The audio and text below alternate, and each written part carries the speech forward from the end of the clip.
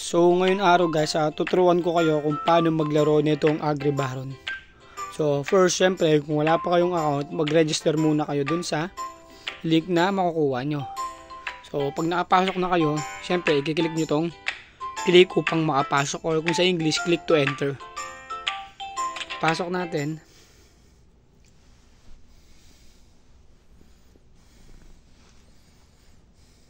Ayan.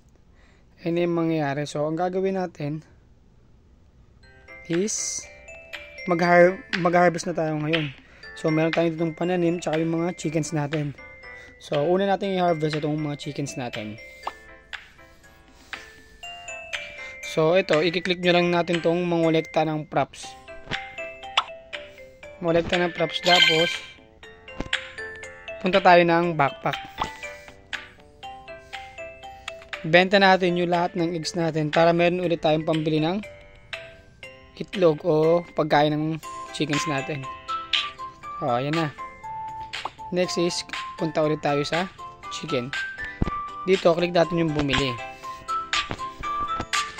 So, 5 chickens yung hindi pa natin napapakain. So, ilalagay natin 5. Okay. Tapos next, i-click pa rin natin ulit yun para upang magpakain na ulit.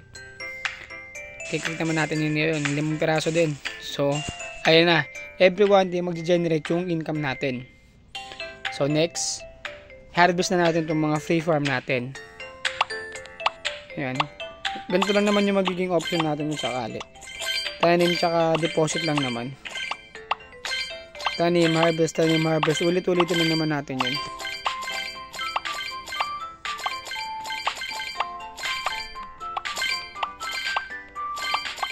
So, ayan. After na natin ma-deposit or ma-harvest, so, click tayo sa daily sign-in or dito sa mag-sign in.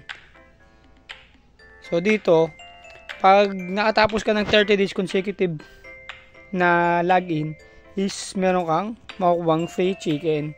So, yung free chicken na to, katumbas to ng 1K or 1,000 sa pera natin sa Pilipinas, sa peso. So, since naka-daily sign-in na ako, tsaka siya nga pala, pag nag-daily sign-in ka dito, may makukuha kang free wheat. So, makakapagtanim ka ulit ng panibago. Okay, next na natin. Ngayon, meron siyang mga task or mga gawain. So, first, ito sa gawain, click natin yung gawain.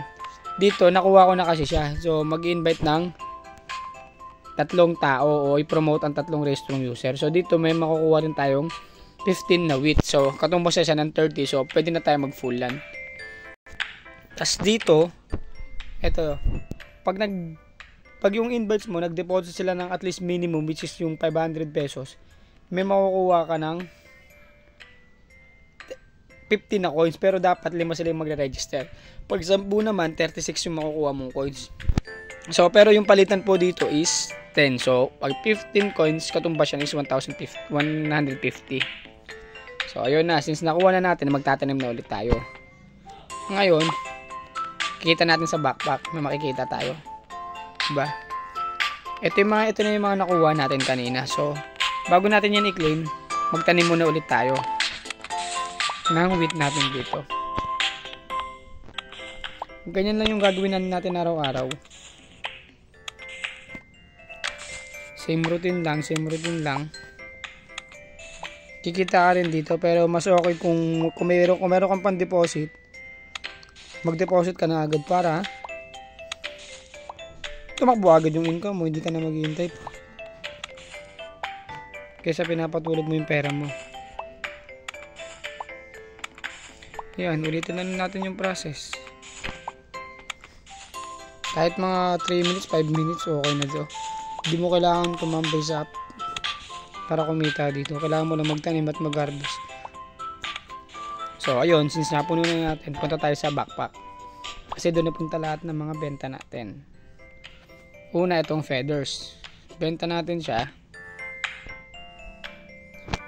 Unahin po na natin itong mga trigo na naani natin.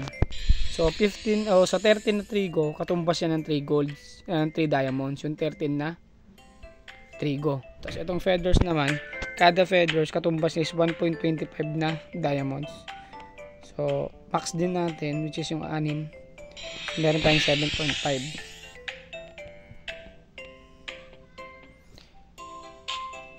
benta na rin natin tong ano natin, dayami natin. Okay, so kuha na natin. So ang gawin natin, tuturuan ko naman kayo kung paano mag-convert.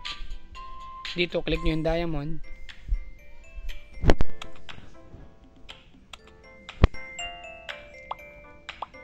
Max natin kung ilan yung kaya, 11. Ayun, nakakuha tayo ng 10.67 kasi may charge siya. So meron na tayong 26 pesos. Yun, kung mag-deposit naman kayo, pwede nyo i-click to.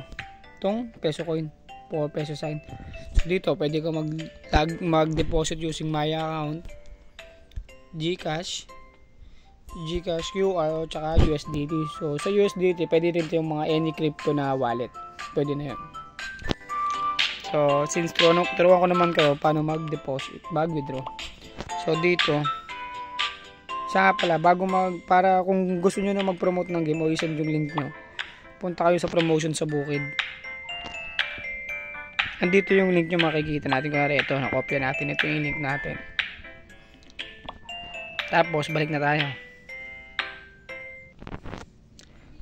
Kung mag-withdraw ka, click ko lang itong pag-withdraw. So, ako kasi, since wala pa akong pang-withdraw, yung 26 pa lang naman yung coins ko, dapat kasi 50 bago mag-withdraw. So, di mo na tayo mag-withdraw ngayon. Tapos, sa redemption code naman, ito, click mo lang. Kung may makuha kang redemption code, pwede mo siyang ilagay dito. So, it's either with siya or corn pantanim. So, yun lang. Kung gusto nyo i-try, nasa comment section ng link.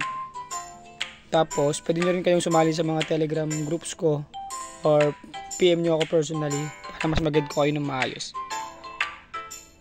So, ingat.